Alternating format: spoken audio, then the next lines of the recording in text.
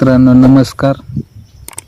तर नवीन माहिती अशी आहे की आपल्याला जी वाहनधारकांसाठी HSRP नंबर प्लेट ऑनलाईन नोंदणीसाठी जी 31 नोव्हेंबर डेट ही डिक्लेअर झालेली होती, तर त्यामध्ये सुधारणा करून 31 डिसेंबर अशी तारीख व मुदतवाढ करण्यात आलेली आहे.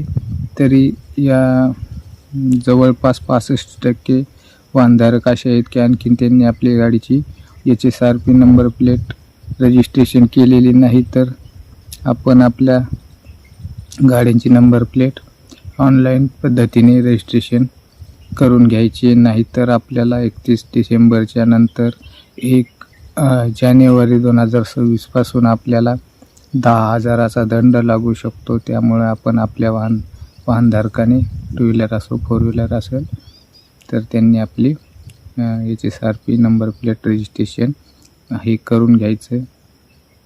धन्यवाद.